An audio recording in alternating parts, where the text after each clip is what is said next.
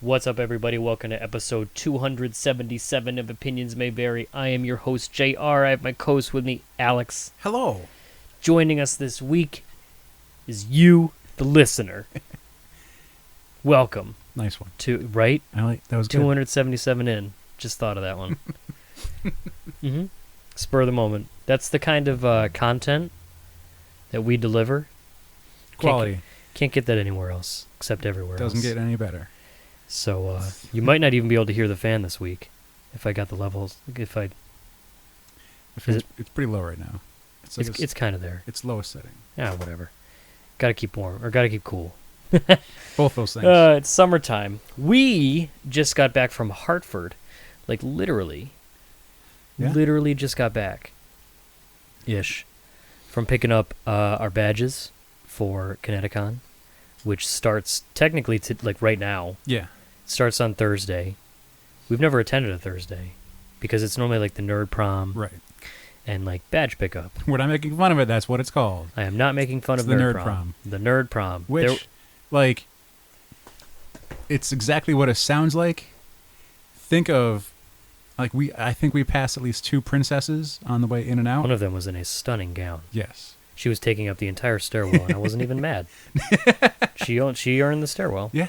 Yeah. Absolutely. Yep. There's So- also someone in a blazer, but they had cut the sleeves off. You do you. Yeah. That's fine. Yeah. But like the place was buzzing, and you pointed because I was like, kind of complaining, because I still have to go to work tomorrow. Mhm. Today's Thursday. Tomorrow's Friday. New job doesn't really allow for much. Like old job when I worked retail, I could be like, oh, just put my day off on Friday. Yeah. Friday, Saturday, whatever. In this new gig, I can't really do that. I can, but I need to strategically do it because I have a set amount of times Right. that I could do something like that. So I got to work tomorrow, which sucks. Luckily, I'm out early enough so that I'll be able to enjoy plenty of the day. Mm-hmm. But like being there in the environment, like we were just in the lobby of the Marriott, which I have never been in. I don't know if you've ever been there. You've never been down there before? I've never been down there. We always see the escalators. Yeah. We're always above it. We stay on the second floor. Yeah, when in like part of ConnectiCon, like it used to be the game room, it is the game room now. Mm-hmm. The first year when it was a stage where we saw Adam Warrock for the first time and had our friggin' minds blown. And then it's kind of like the other area. The cosplay judging was over there, Yep. but it's mostly like where people stay for ConnectiCon, Right. which is really handy because you got a hotel right there. Mm-hmm. But I'd never been in the lobby, and the lobby was buzzing. Some people were dressed up. A lot of people were just there hanging out, Mm-hmm. which is my favorite part of conventions. I get really excited for hotel time. I like that. I like just being with my friends. We're all at the same thing together. It's time to have fun this weekend. And the whole time I was like, I have to work tomorrow. And it sucked, man. And you, like, I mentioned it to you, and you're like, oh, I can't remember how you put it. Like, it's got you, like, the feeling, like the it's gone. The fever? Yeah, Did I call it a yeah. fever? I can't remember, but it's that. It hit me with the fever, and now I'm super bummed that I have to wait until 4:20 in the afternoon tomorrow to be free. It was nice that they're doing early badge pickup. I mean, they have in the past. We've never taken advantage of it. We haven't. It was only And- based on the advice, the helpful advice of our ever reliable Herrick friends. Yes. Both have been on different episodes now. They have. But yeah, well, last year there's some kerfuffle about getting into the convention. Line There's- con. There was a considerable wait. People standing in line to get in, to get their badges, to get registered and picked up and everything. And then finally get inside. And some people were waiting for a long time. And the Herricks were like, we took the time last night to come down and get our badges, and we just walked right in this morning. And so they got in 3 hours in front of everyone else who was Right. there. And so we're like, that's not a bad idea. So if you're close enough, or if you already got a room, then Hit that early check-in. yeah, it's nice, something nice to take advantage of. That was prime time. Like, that was... Because we were... Even, like, we are fortunate enough, ConnectiCon is gracious enough to grant us press badges so we can cover the show. Even, like, because the press badges were in a separate area, But it was very easy to find because it was communicated to us, Mm-hmm. and found the table almost immediately.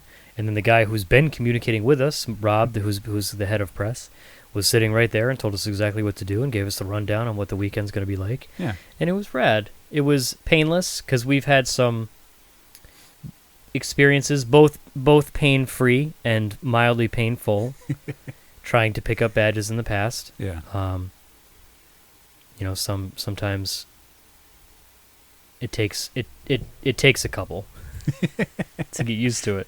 But it was great. There was a code and thing, and they scanned it, and then I had a badge in my hand. Yeah. Cool. I don't have to deal with it for the rest of the weekend. I just need to remember to wear bring it. it. To bring it.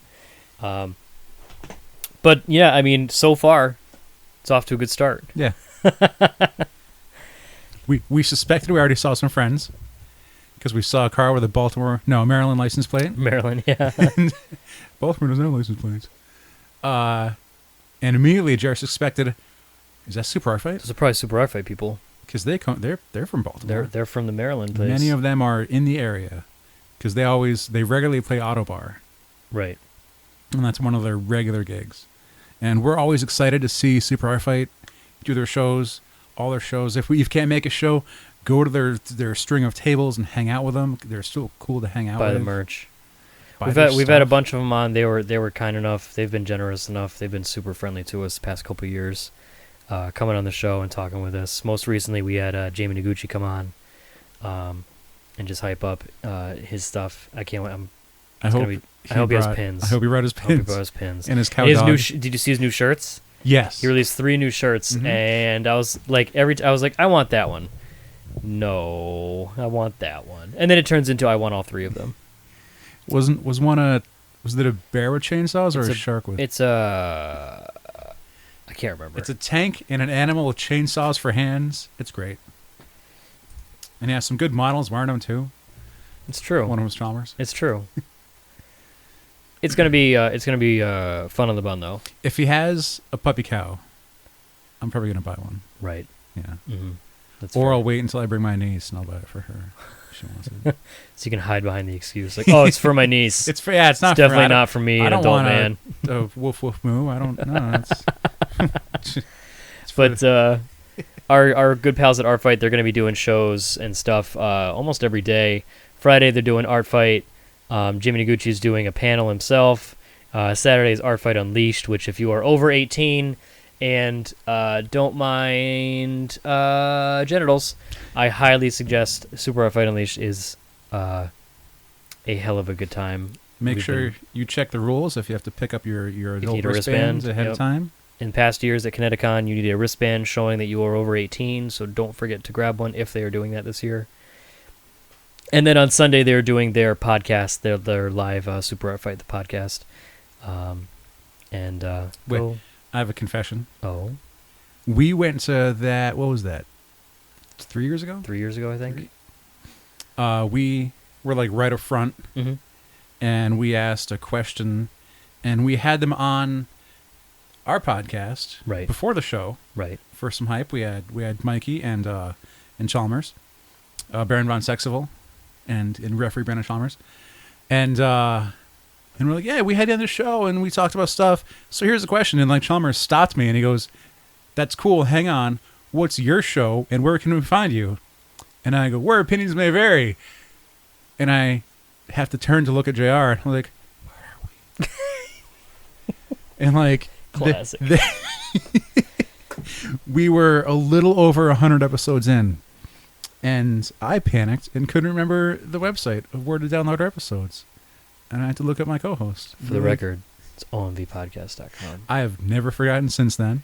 I mean, I've made sure to include it in everything. We were still. Is it funny to think that in the first 100 episodes we were like soon after 100 episodes we were still green to it?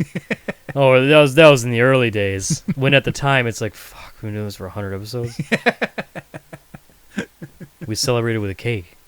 It was a good cake. Was that 100? That was 100. That was, yeah. Because the cake said, "Holy shit, 100 episodes." That was good. That was good times. But they're amazing people, and it's always a moment of panic when it's you're checking the site, and it's like a month out, and it's like, hey, is our fight coming? Our fight's not up yet. But they announced a couple weeks ago they're going, and it was cause for much excitement. Big fans of those guys and gals. Can't wait to catch the show.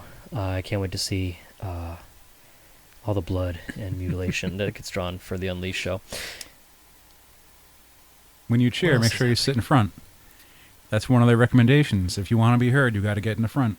It's true. I'm psyched. I've missed them in the past because, like, I've seen their name show up, and then I'm like, I don't know who that is. And then they'll be like, Brett or someone who's like, you've watched like 20 of their episodes. So Team 4-Star is going to be there too. They were there our first year. Was it our first year? Yeah, it was the first year I went. I don't know if that was the first year you went. I can't remember. But I remember... There was a point where they were there, and I had no idea who they were. Mm-hmm. And it wasn't until after I realized they're already gone. And I missed out on a big chance. So hopefully I'll get to hang out and go check out some Team 4-Star. I'm a huge fan of their Dragon Ball Abridged series.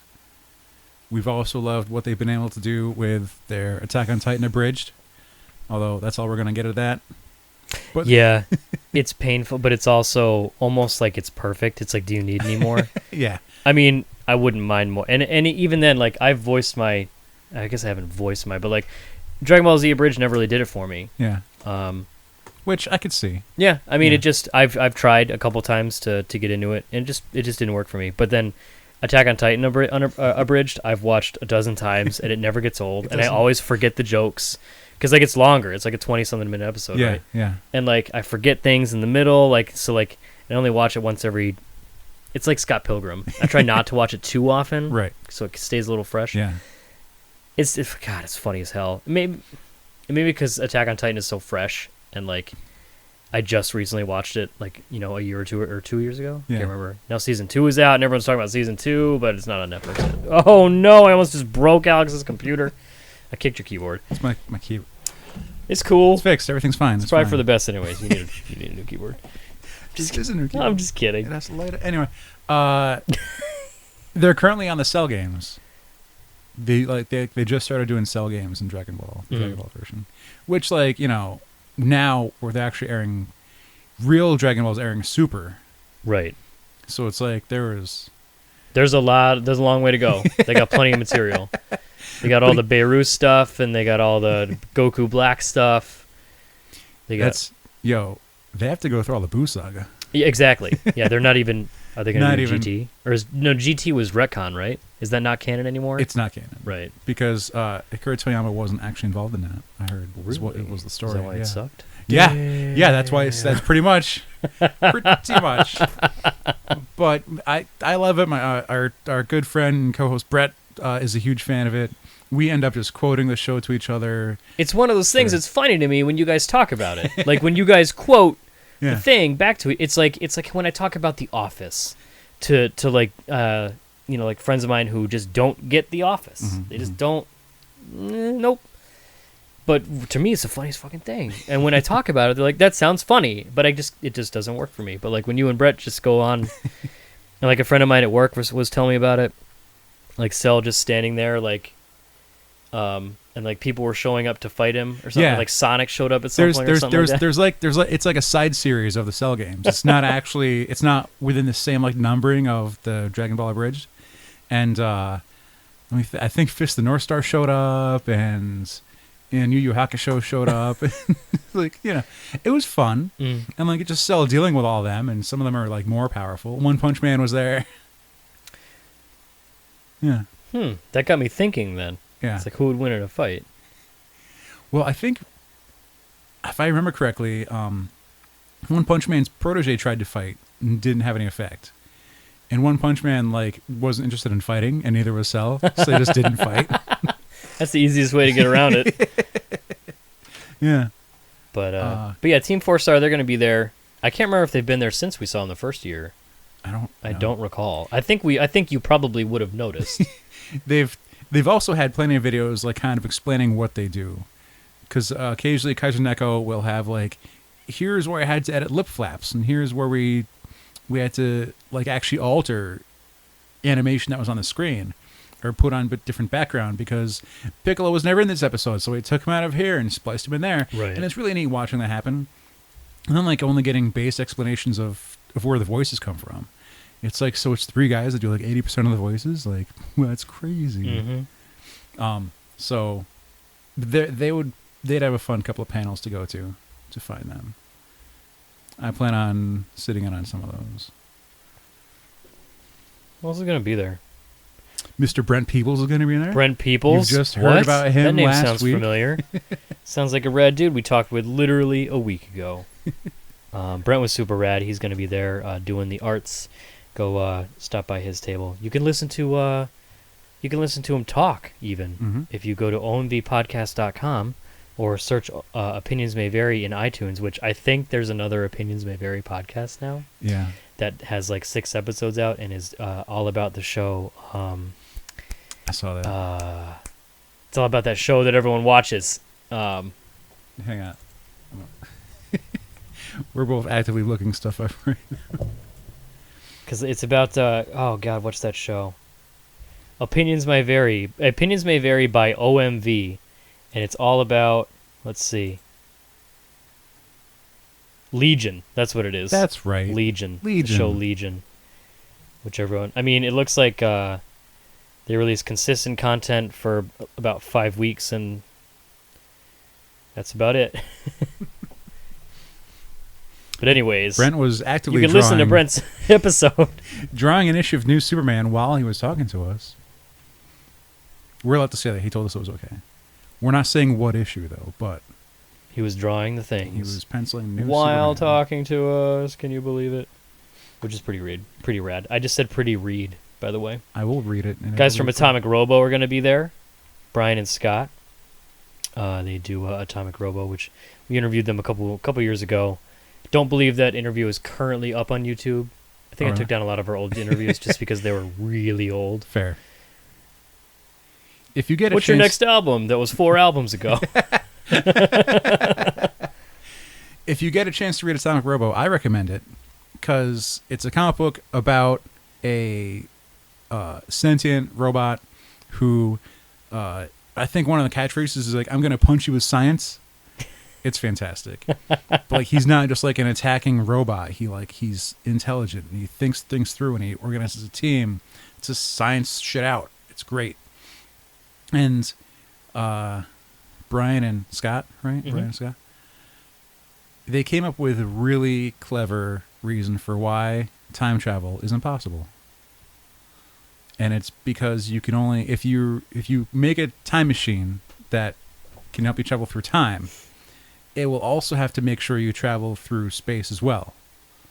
Because if I time travel to like 2 seconds into the past, the Earth is moving so fast through the universe that I'm now splattered across Russia. That was like one of the reasons that was in one of the books. So it was like really cool, like little science hints and facts that might or might not be true in there. But it's like it's really ideas that like I have never thought of before. Like how far in the future do I have to travel to land back in the exact same spot on the Earth's rotation around the sun, right? I would have never, ever, ever thought about that. No, you just blipped into the same spot you're in, or conveniently somewhere else. It's like nope, the universe takes up that spot when Earth moves. It's like holy shit, that's my spot. If you're fans of Doctor Who, the 7th Doctor is going to be there. Cool. Sylvester McCoy. I mean, I'm not one of the Doctor Who people. A Whovian. I'm not a Whovian. That's what they're called. But I know a ton of people who are. There's going to be some Game of Thrones people there. There's going to be some Adventure Time. Five Nights at Freddy's. Some Steven Universe. Just like the thing with ConnectiCon. There's something for everyone if you're looking for it. It's not necessarily going to jump out and slap you in the face, but there's something for everyone. So yeah, highly recommend. Finn is going to be there. Finn, my brother would dig that. Yeah, my brother's a big Adventure Time guy. Yep. Okay. Yep. I gave skeptical face. Yeah. Joe corrected me. Mm-hmm. John was too. Mm-hmm. I'm not sure if he still is. I don't know. Because John is into like fan theories, like I'm trying to not like a conspiracy theory, but like he came up with like if the universe that Adventure Time takes place in is this post-apocalyptic future, and like Finn's all that's left because everything else is weird and has mutated, and it's like, John, it's a kid's show. Why would it go that? Yeah, it probably goes that deep. It's probably You never know. shows like that. They probably put a lot of thought into it. Figure out where they are. But yeah, next 3 days. Go check it out. Go to Hartford. If there's any reason to go to Hartford aside from eating Bear's barbecue, which we're gonna have to find now. We're gonna have to hunt it down. It's like around the corner, yeah. It's around the corner. Yeah. We saw it being built last year. Yeah. But go check out ConnectiCon. It's a fun time. Go say hi to fun people. Look at stuff and buy it. It's good stuff. I'm excited. Like, I'm seriously super bummed I have to work tomorrow. You know what I decided I might buy there? What? If I find some good Team Instinct gear. Team Instinct. Oh, from Pokemon Go. Yeah. Last year, that was at the height. It just came out. It had just dropped. It just happened. Like, everyone... I remember wasting literally 30 Pokeballs on a Zubat watching the Marvel photo shoot that you and Colin were in. Yeah. Colin was in it, yeah? Did Yeah. Colin cosplay last year? He was Hawkeye. That was last year? Yeah. God, I felt like 2 years Yeah, ago. and Ant-Man on the end of his arrow. Yeah. I couldn't remember if that was last year or the year before. No, that was last But Daredevil was the year before. Right. Yeah. That Colin. Because I was broke. What's he got up his sleeve this year? Yeah, I don't know. Well. I do know. But anyways. They didn't have teams yet. I digest. Teams weren't a thing yet. It's the teams weren't there. It was just catch these same 10 Pokemon over and over and over and over and over again, and you're gonna love it. If you review some of their social media, either their Facebook page or whatever, there's people looking to organize teams to go deal with the new gyms because there's a new gym mechanic in the Pokemon Go game. Yeah. And so you could gather up other Team Valor, Team Mystic, Team Instinct, and go attack a gym because now there's timed events. Right. And like you could all attack it together. You could work as a team. You don't even have to be on the same team. You could still attack the gym. Sadly, I fell out. A lot of people did. It's okay. Yeah, it definitely. I don't blame anyone. But my data was happy once I uninstalled. I've only gone over on my data twice in my life, and one of those times is when Pokemon Go was out. So, because I'm still like in terms of like phone contracts, I'm still ancient. I have 2 gigs of data a month, which back in the day was it was enormous. I never even came close to it. But like, cause like it was, I would check Twitter. Yeah. But now like with all the stuff and all the data, like data hogs and like, oh, I can just pull up YouTube on a moment, like on a whim. Yeah. It used to like, I had to wait for it to load and blah, blah, blah. Now it's just, everything is right at my fingertips, literally. Mm-hmm. And it just annihilates. It's crazy. It's almost like they sped it up. It's almost conspiracy theories, Illuminati and such. But obviously, ConnectiCon, I just got a text from someone I wasn't expecting a text from. Sorry, that halted me right in my tracks. ConnectiCon, we will be there. I'll be there at least tomorrow night. Alex is going to be there during the day tomorrow, and I think. Yeah. And then we're going to go. I think he's going to. Are you going to come meet me, and then we're going to go back? Is that what's happening? We'll figure something out. Whatever. And then we'll be there Saturday. Not sure about Sunday. Who knows about Sunday? Alex will be there Sunday. Yeah. And it's going to be super fun. Let's shift gears here. We're going to just go straight in the opposite direction. Because typically when we do the Justice episodes, we tend to talk about comics a lot. So who are we to disappoint?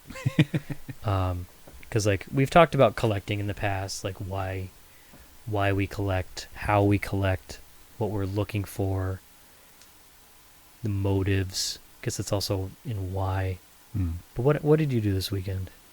Semi-local shop was having a 4th of July sale. The weekend before 4th of July, they were like, let's have a sale on some back issues and also put out our quarter bins and dollar bins. Which I was trying to, because I don't know how many shops you've been to, JR.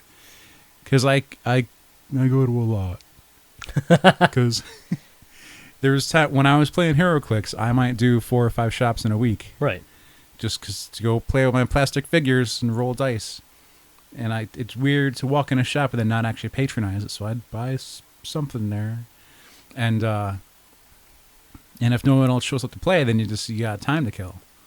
So you hang out and flip through stuff. So it's weird flipping through the same things over. Anyway, when you find a shop that has like a 50-cent bin, a quarter bin, dollar bins, it's just rows of books that aren't worth filing into back issues. Or, either the value's not there or it's too much work. I don't know what the scientific method is to filing quarter bins and dollar bins.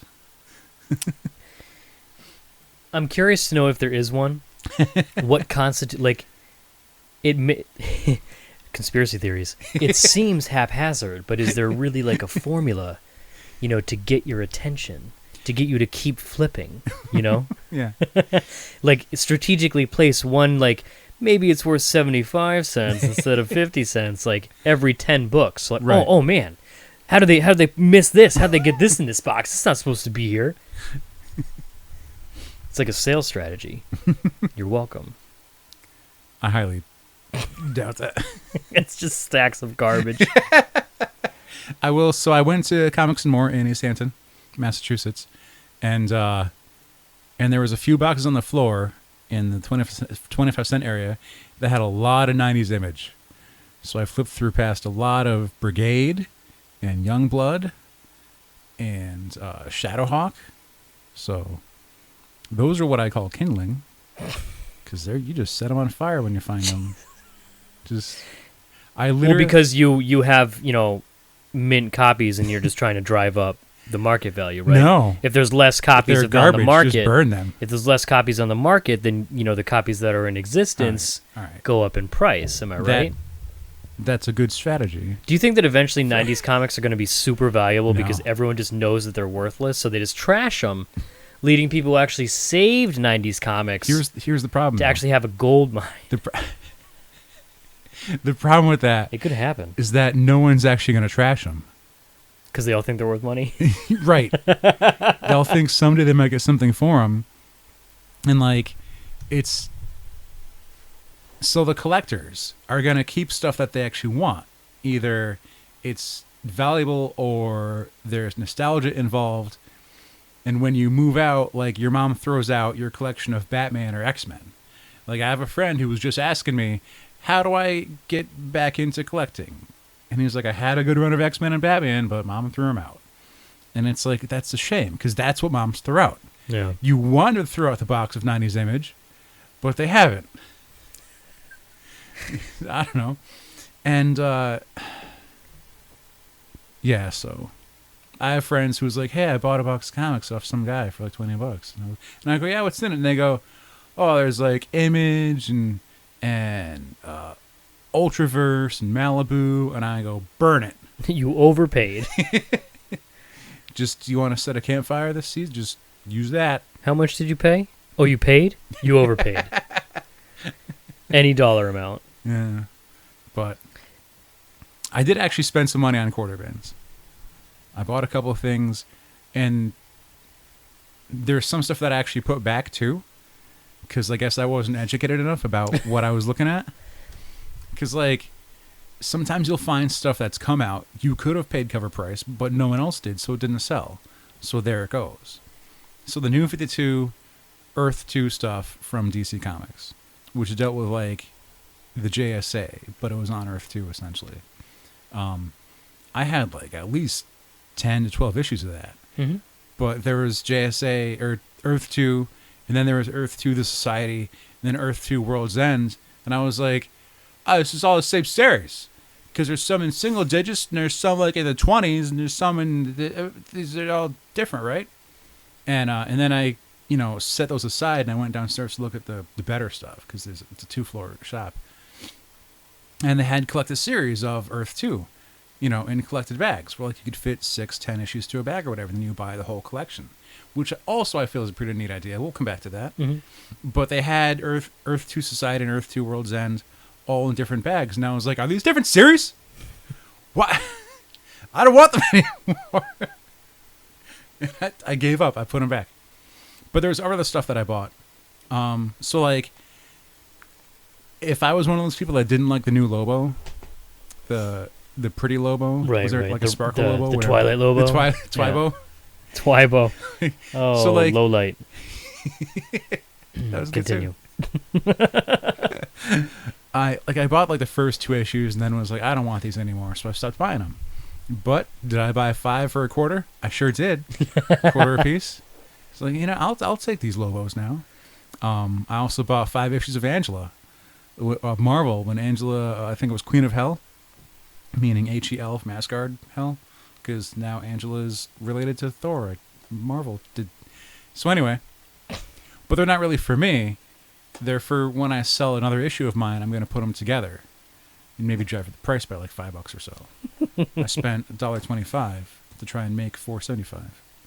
That's the plan. Brilliant. You got to nickel and dime them. That's how you that's how you get them. What else did I buy? I don't know. It's a good chance to get like no-name books too, like stuff like independent publishers you might have never heard before, or even like we know the popular titles from Image, but like there's Image puts out other things that I have no idea what they are because I don't really give them the time to look through every single book. Like Secret Identities. Oh, I recognize them because James Farber is doing work on them, and he works on both Dynamo 5 and Noble Causes, and I liked his work on Noble Causes. Mm-hmm. That's why I was like, I'll give these a shot. And for 50 cents, it's not that bad of a deal. That's a risk that most people wouldn't mind taking. 50 cents to possibly enjoy a good book. Oh no, it wasn't good. I paid 50 cents for this. Right, and even if it's 2 out of a 5-part series, like it'll still give you an idea. Yeah. You can hunt down the rest in 50-cent bins. Or, pay full price on eBay or something. Snag a trade. If they have trade. Assuming they made one. Yeah. True. Yeah. Then you can decide if you want to buy a full trade. Especially at Image. Image has that cool thing that I really like. Oh, the first volume is where only the $10. first volume is normally $10, Yeah. except for Walking Dead. And I think Chew also. I can't remember. What was the first one, like 12? For Walking Dead, the first one's $14.99, I think. Oh. It was $9.99 for the longest Yeah. time. And then they're like, wait. After the first 10 printings, it has to go up again. Yeah. Which I guess they've earned it. I guess. Only being an enormous, massive, worldwide success. Who knew? I have to Zombies. remember how to pronounce this. Is this just Mythic? Yeah, I can't really tell, can I? Now that you say it, it looks like Mythic. But What did you think it was? For some reason, I always want to say the word witch. That could fit too. But I mix the CH because it's HC. There's an yeah. Anyway, does it say like in the small print? Yeah, it's Mythic. Mythic. Yep, Yeah, there it is. Problem solving. Looks like June 2015. So these ones came out of the dollar bin, which big is spender. It's a little more. There's a bit more of a chance going on. It's a bit chancier. Occasionally, the dollar bin might be bagged. They might actually have bags. Right. No board, just the bag. Just a bit no boards. No. Maybe a piece of tape. Let's not get crazy. But I bought the entire. At the time, I don't know if it's gone any further. The entire series of Mythic, I think it's 1 through 6, because Phil Hester's name is on it. And I was like, I love Phil Hester. Dude him and Kevin Smith made Green Arrow cool again. Was that Quiver? Yeah. That's like the book that I have not read. It's up there. I'm pointing to my Green Arrow Phil Hester right now. I didn't know that was him. Yeah. I'm an idiot. I've looked at that thousands of times. That was my first year at New York Comic Con, and he was signing at an Image table, because he had just worked on, I think it was Fire Breather or something for Image. And I walked up with my Green Arrow hardcovers that I just bought at the show. And I was like, can you sign these? And he's like, sure. And he goes, do you want a sketch too? And I'm like, how much? And he's like, it's free. And I go, okay, can you do Green Arrow? And then like, as he's like, it took him 3 minutes, less than. And I was like, I just asked you for the guy you've been drawing the entire time. And he's like, it's fine. It's been 3 years. I'm used to it. It's okay. I was like, I really like Green Arrow. I do notice though. That was one of my first like, starstruck kind of. Oh my god, that's Phil Hester. Yeah, you could see the pencils. No. What? I noticed that. What? it's personalized. Yeah, it is. So it's worthless. It's you just need to throw it out worth a lot and trash it and then spark up an internet outrage. You mean right? if I can't flip it? Like, who's going to buy it with 2 Alex on it? Another Alex is going to have to pay money for that, and I might not drive for the price. I think that's right. I've never heard that story. Really? Yeah. I don't think I've ever heard that story before. Especially, like, that's a good quality sketch for free. A lot of people will charge you good money for that, especially with a name like Phil Hester. Yeah, he did it so quick.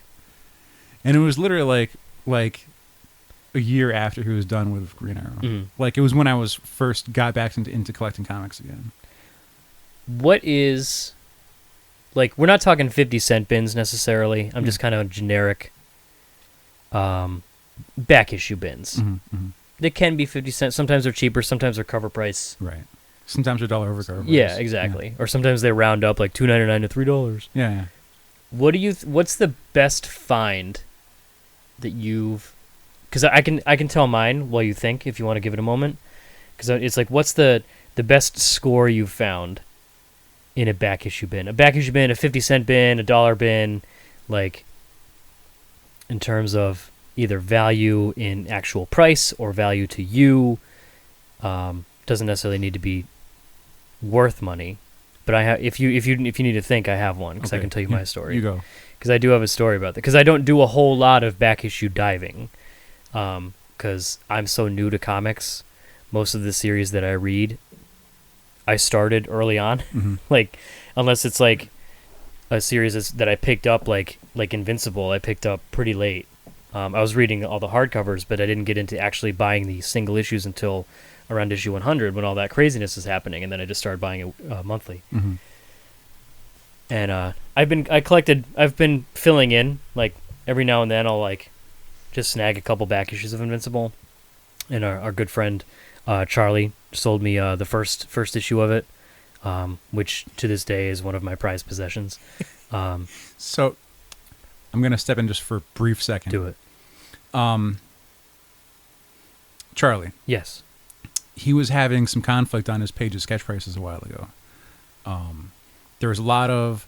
there was getting to be a series of members complaining about artists who, like, haven't sent their stuff out yet or haven't completed or stuff their money. And they're saying, like, well, we need to do something. Like, we need, like, this so-and-so. And it got into, like, kind of a little battle of, like, we're not here to trash artists. And the people being like, well, we're here to educate people about artists and their prices. So it's a buyer beware thing, too. And Charlie and his admins, like, really had to try and, like, diffuse it, and, like, in a I'm trying to think of, not political or not professional way, bureaucratic way to, like, settle, this conflict. And so I contacted Charlie and I was like, hey man, way to stick to your guns. Like, it's tough when people are coming at you with terms like, yeah, but you don't want to help people now? Like, this is helping people. How come you don't want to help people? It's like, it's kind of an underhanded way of being like, I want my way, and I'm going to guilt you. I'm going to guilt you into doing it my way. But, like, him and his admins, like, stuck to their decision, and they even point out, like, there's a different group for comic art buyer beware. That's the name of the group. And so you can take your problem there, but that's not what we're about. And I was like, hey man, like, I'm good for sticking to it. I'm glad, like, just keep it up, don't give up, all this stuff. And he goes, hey, I regret selling Invincible #1 to JR now. I wish I sold it to you instead. Damn. Savage. You're welcome. You got number 2. I got number 2. See, Charlie sold me. That's like, because that's tough though, because it's really easy. Charlie and his and his gang, over at Sketch Prices, they could have easily just said, "Nope, deleting this thread. Goodbye. Right. Yeah, you're all blocked. Get out of here. Don't want to deal with you." Yeah, it's simple, and they'd be well within the right to do that. You guys are hostile. You guys are toxic to this community. Right. Goodbye. Right. Go talk shit about us somewhere else. Whatever. It's really easy to do that. As places like Rhode Island Comic-Con knows, or something like that. When an admin thinks, like, a conversation's done, because it's usually like a complaining one like that, or not like it's complaining is like a negative thing. an admin was you come in and say, I think that's all there's to say about the subject, and then they post like a picture image, and it's Scarlet Witch saying no more comments instead of no more mutants. And I was like, oh, that's really good. Mm-hmm. That's good. Because at the end, it just turns into people just bickering back and forth, saying the same thing over and over and over again, which nobody needs. But anyways, Invincible. Like every now and then, I'll buy a couple issues just to fill in. Like, I was diving through Backissues at a comic shop once, and I found like issue I can't remember what it was. It was like the first appearance of the Teen Team. I can't remember. It was early on. It was like single digits. I was like, hey, a single digit book on a book I really like that has over 100 issues. I'm gonna buy it. Whatever. But for me, the most like in terms of gems, like things I lucked out on just by pure happenstance, because I don't do a whole lot of back issue diving because I have a lot of the stuff that I already have. And the stuff that I want is typically overpriced. But one time, years ago, before the TV show, before that, I was like, let's see what this shop has for Walking Dead. And I took a look. And they had a lot of the newer stuff, a lot of stuff that I have. Because everything from issue 50 on, I have. I think. Is it 50 on? I think it's issue 50 and up. I believe. I own.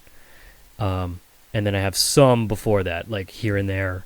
And then the earliest issue I have, Will snagged for me at That's Entertainment. He got me issue 7, which is like one of my more valuable books, which goes to show you the value of my collection. And I snagged the comic shop just in the back issue bin, just bagged, no board. They had issue 10. I bought issue 10 for $3.50 back in 2010 or 11. Maybe it was close to when the show was coming out. And like issue 1 was still worth a good amount at that point. It was still a rare book. It was still a big book.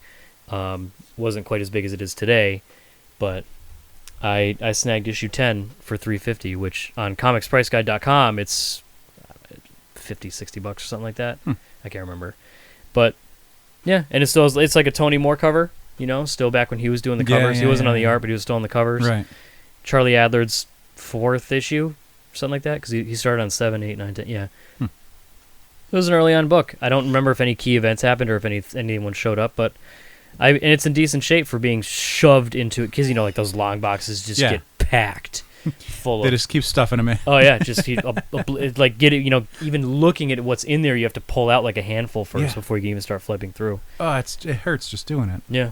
Yep. It's like, but then I got to put them back and I don't want to risk bending one of them or messing up a corner somewhere. Yep. But I managed to find the first double-digit book of Walking Dead for $3.50. I was pretty proud of that one.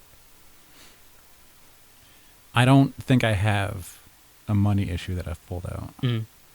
I'm sure there's been like I've pulled a book or two where it's like a mini series or like a spin-off or whatever. And like that one book has really made me get the entire series, or maybe buy a trade or something like that, or I discovered a new artist somehow. But at some point in my last 2 trips to diving back issues, I completed my Thunderbolts run. You're a big Thunderbolts guy. I am. I'm a huge Thunderbolts fan. Like what? When you say completed your Thunderbolts run, what do you mean? Because like I was reading the Thunderbolts back when Steve Dillon was on the art. Because I was like, hey, I like Steve Dillon, and Alex talks about Thunderbolts. There was like Red Hulk, Elektra, Punisher, Deadpool. That was volume 2. Right. So that's not you completed the one before that. Yeah. Okay. The one that has 174 issues to it. Jesus. And you have all of them? Yeah. No shit. Yeah. Like, what was the last one you needed? It was something early. It was like a 5 or a 6. There, I was missing like a couple. I think there was one of the teens, and like a couple single digits, because they have a 0 issue, a -1 issue. Of course. And 5 annuals. There's a couple annuals. But from where I started actually buying it on the regular, wasn't until I think the 70s. The issues, you mean, not the year. Yeah, numbers around number 70 and up, I think, is when I started buying issues themselves. So you had to collect a good amount Yeah. going back. There was a couple like different events where I'd dive and like, get like 20 at a time. I'd usually try and stall and wait for sales. Mhm. I know I hit Matt's a couple times during sales. And that's why I hit Comics more, because they were having a sale too. But yeah, that's one of those things where like that's the purpose of back issues, because like I want to make my full run, my full collection. Yeah. Imagine people saying about Uncanny X-Men right now, like how many hundreds they have There's to. a lot, yeah. But now start from scratch. So it's the kind of thing where like either you just buy a full run and just pay the dollars for that, or you buy it piece by piece, which still is going to add up. Right. Do you count like your first guy? Do you count that as like a bin dive? No, that was an auction. Right. Yeah. But like it just happened to be in with a lot of. I mean, there was at least one other key issue in there that you didn't. The first Dead even. Man. Yeah, the first like we were just flipping through like after you had won the auction. Yeah. And it was It was, is that the first Dead Man? This is really early. Other than that, I don't think there was anything. Not that I remember. There's a couple things that were decent, things that I held on to, but a lot of it went into what do I call it? The recycle sale. Right. I'm just gonna try and turn around and resell it again. I don't consider that the same thing, because you've seen me do that like on Craigslist too. Yeah. I'll buy like this dude's 4 boxes For one issue. If I find a couple of things, great. Well, like that's how I got the Goon's first appearance. Mm-hmm. I bought 3 boxes off a dude on Craigslist. He had a ton of independent stuff. This dude had a ton. It was like deep independent. Was that the guy who had like the book by Erica Henderson and No.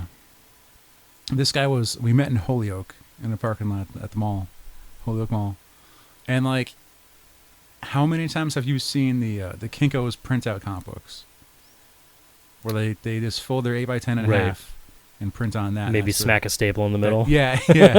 Like that's their comic book. So like this dude had a ton of those, but there's a couple stores in the area that like do a lot of underground comics like that. So I could see that's where they got them from. I couldn't tell if he was like an original buyer or if the set was passed on somehow. Yeah. But I think it was Dreamweaver. Dreamwalker? No, Dreamweaver. Yeah. I don't know. There was there was like a 1 through 12 of Dreamweaver, and issue 0 has a Goon mini shot in the back, and it was the first Goon.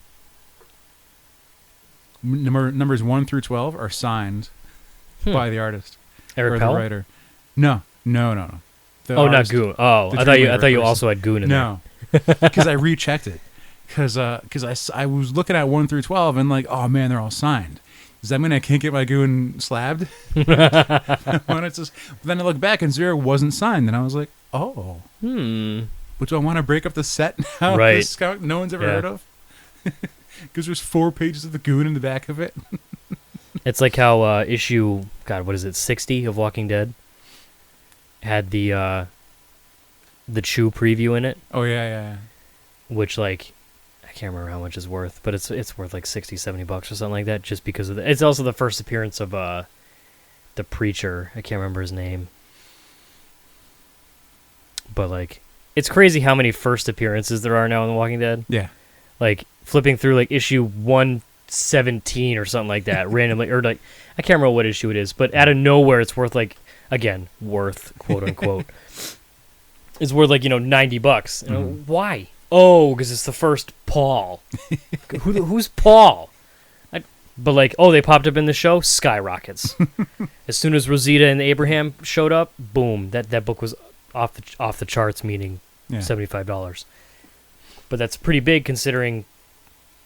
At least when there's a death in Walking Dead, like, it's the only death. Right. Compared to, like, I think, well, technically they could die twice.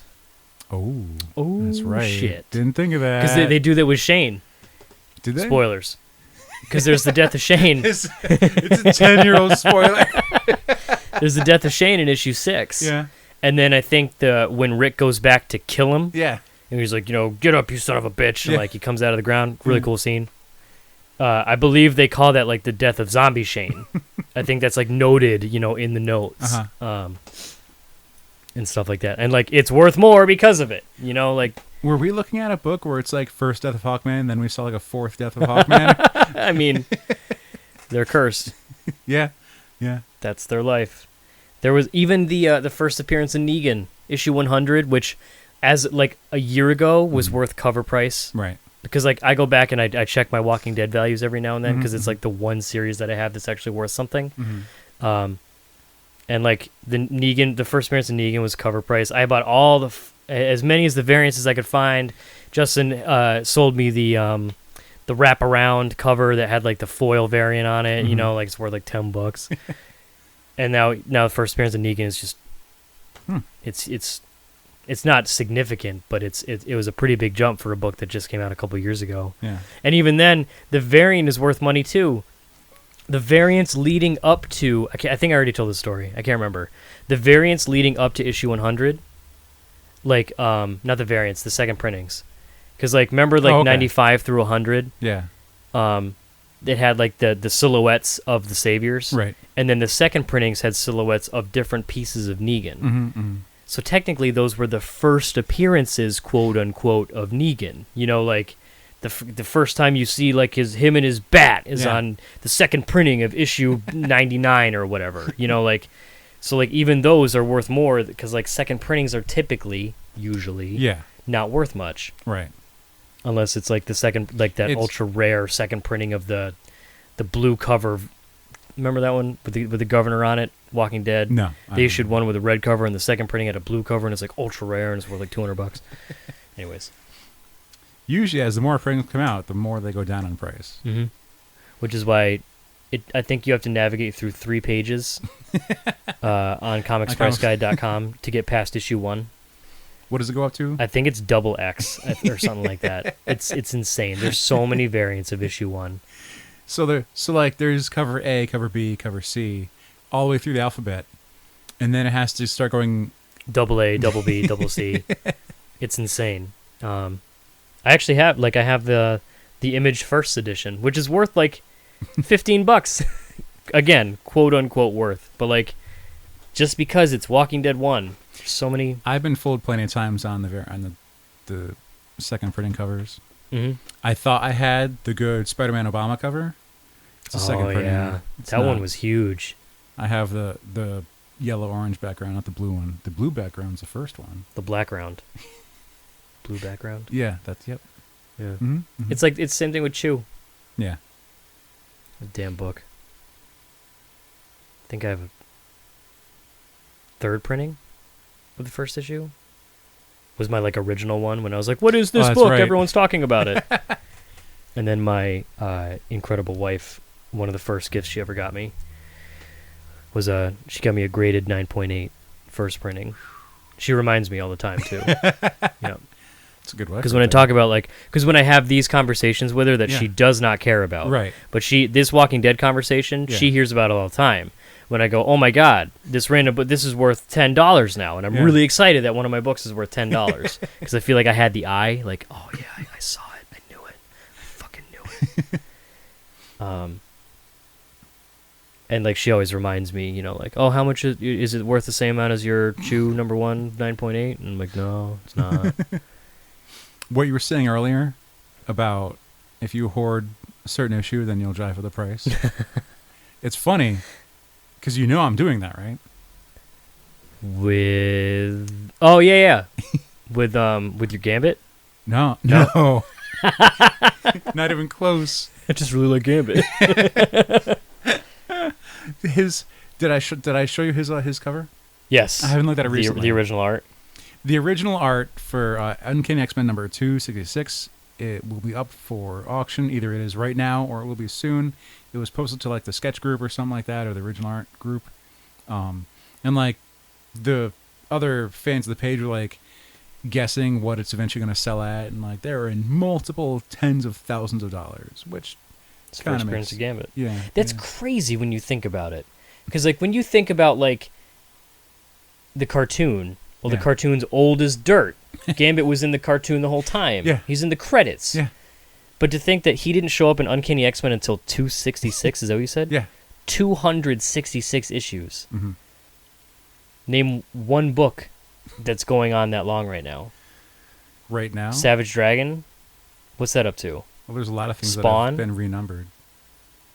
But like even Walking Dead, they're in the 160s, I think. Yeah. But like 266, and then you just randomly introduce a character, and now the original art for it is selling for, One of the guesses was like $70,000. it just blows my mind that and I'll have to quote look that unquote up. late 266 is now and how many issues did Uncanny go for? I don't know. A lot. At least Because that must have 400. happened before the TV show came out. Yeah.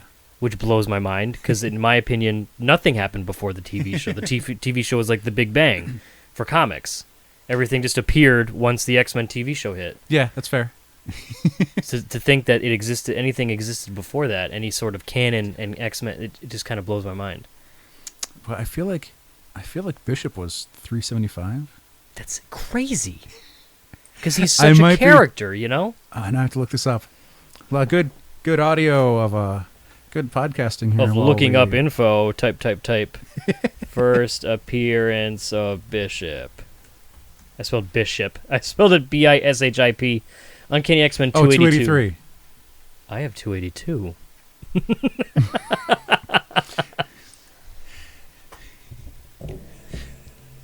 What? It says Google has it in big bold letters. I was about to do nerd voice and Oh explain. no! Explain that one was the cameo. It's like the Wolverine. No.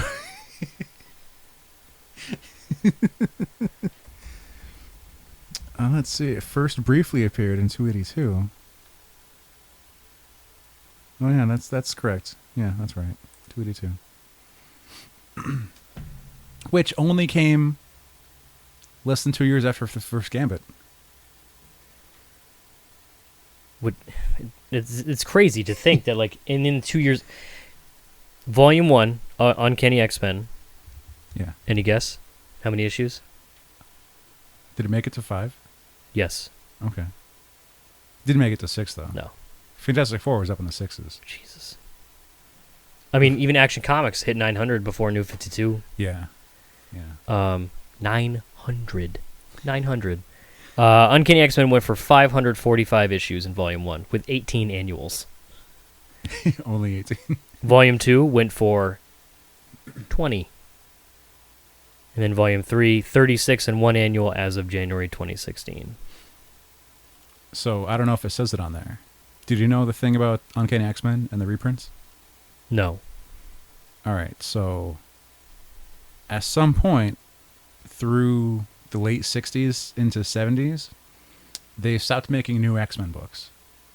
And they were just reprinting previous X-Men issues for at least 30 or 40 issues.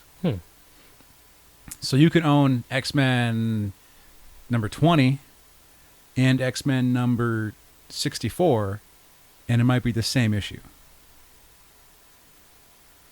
Because of all the reprints. Huh. Yeah. Yeah. That hurt my brain thinking about it for a second. They there. ran for a good, I think it was at least 3 years, where the numbers kept going up, but they were all just reprints. Yeah.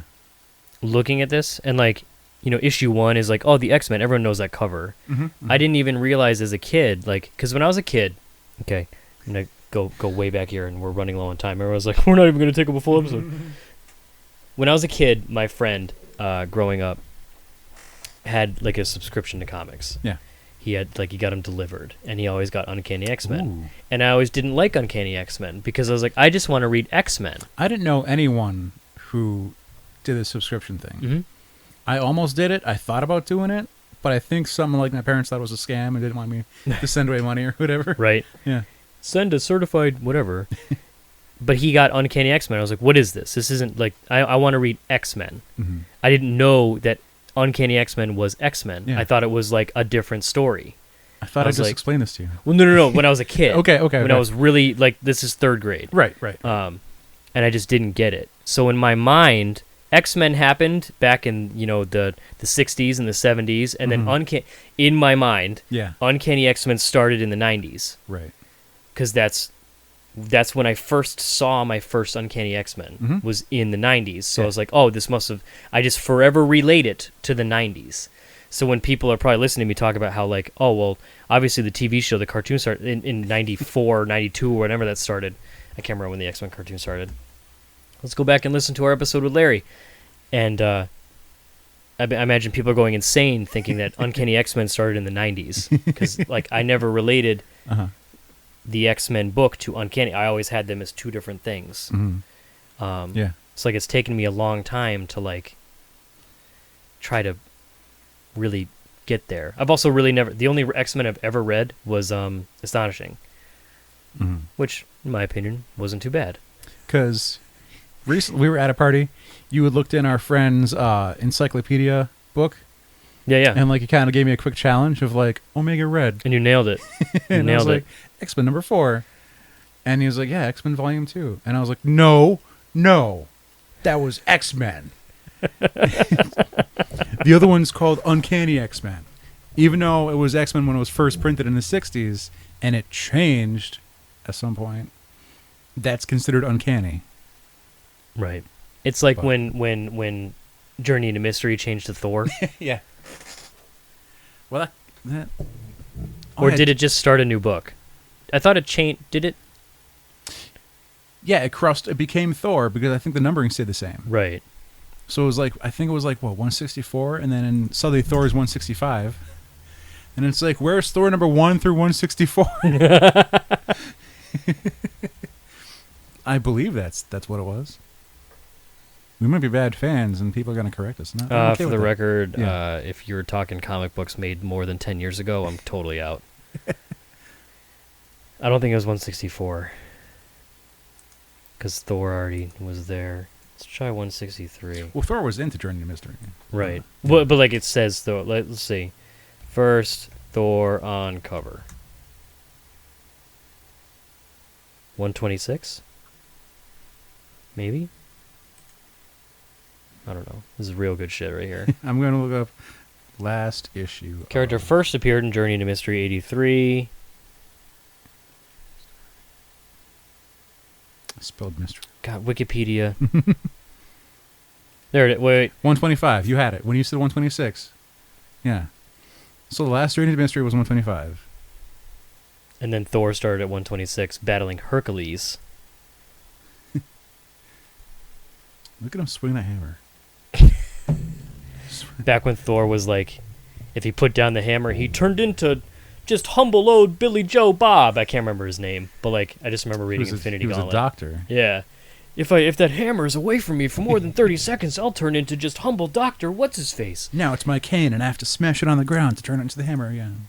And now Beta-Ray Bill. Something. When did he go from... No, we don't have time. And I want to talk... if anything, if we're going to talk about Thor, I want it to be when Will's on. Because Will. Yeah. Miss you, Bud. I just couldn't combine babe and bud into the same word. We need to end because I need to go home and get this uploaded and then sleep for work and then stay up all night at ConnectiCon. Mm-hmm. This turned into really fun, and I'm sad that we have to end. Maybe it's just the talking comics thing. We should just start a comics podcast. It's time for bed. Big thanks to our guests, all of you. I think it was a true pleasure. Yeah, thanks for joining us. It was nice. You guys and gals. Go to ConnectiCon this weekend. If you're listening to us in the past, go to ConnectiCon in the future. Maybe. We're going to probably be talking about it next week at some point. Or the week after. Who knows? Definitely. We'll be talking about it at some point. Throw some feedback at us. Yeah, be like, yo, that kind of sucked. Leave us some comments or correct us or ask us to talk about other stuff. Yep. And we'll think about it. If you like podcasts and you like listening to us, you can listen to our pals Ken, Colin, and Zach on their new show, Local Co-op. They are 3.5 episodes deep. They're doing some really cool stuff. They're doing like really thinking outside the box in terms of production and topics. Really mixing it up. It's a great show. I'm happy for him. I'm a little biased, but it's still entertaining. Go check them out at lcopodcast.com, I believe is their site. You can find them on iTunes, SoundCloud. They're putting it everywhere, so it's really, really accessible. What else? Anything else? No. You can find us at omvpodcast.com. You can still buy a pin, facebook.com/opinionsmayvary. OMV Podcast on Twitter, Opinions May Vary Podcast on Instagram. I'm bad at this. Just so bad. Well, that's everything, right? Yeah, I think it is. Anyways, if you're going to be at ConnectiCon, we'll probably be wearing shirts that say Opinions May Vary on it. Come say hi. That's going to do it. So until next time, I have been JR. I'm Alex. And this has been episode 277 of Opinions May Vary. All done.